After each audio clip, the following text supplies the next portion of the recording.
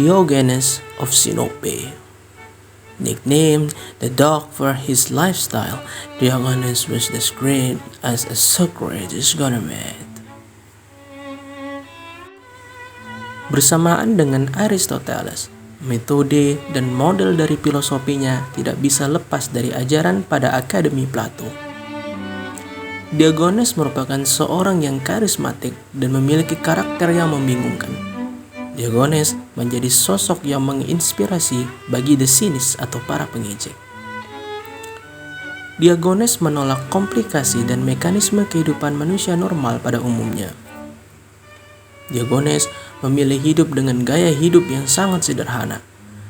Diogenes percaya bahwa kebahagiaan hanya bisa diraih dengan cara hidup secara alamiah. Konsep utamanya adalah di dalam hidup hanya perlu satu tujuan, yaitu memberikan rasa kepuasan kepada tubuh. Hal tersebut sangatlah simpel untuk dilakukan. Diogenes dipanggil dengan sebutan sang anjing oleh orang-orang saat itu karena gaya hidupnya yang gelandangan di tengah kota. Diogenes menurut orang-orang digambarkan oleh Plato sebagai Socrates yang gila.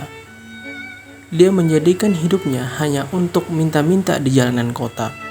Dirinya menolak untuk semua hal yang dia rasakan tidak diperlukan, tapi hanya sebatas pakaian yang simpel untuk menutupi tubuh, dan gaya hidupnya dikenal sebagai pemancing kemarahan publik.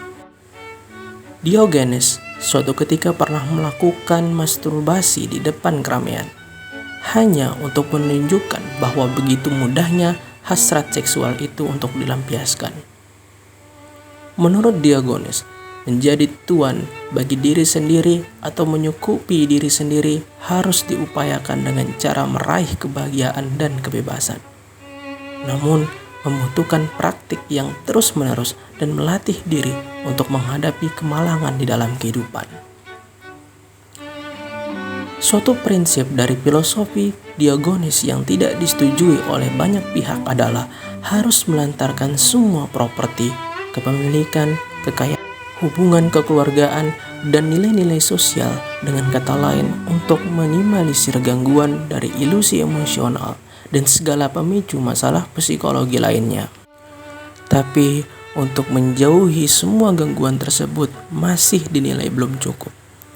Yang lebih agresif lagi adalah menyerang hubungan bermasyarakat untuk membantu terwujudnya kebebasan bagi orang lain. Diogenes sengaja membuka diri untuk setiap ejekan dan pelecehan yang terjadi pada dirinya agar tetap terpisah secara emosional dengan masyarakat.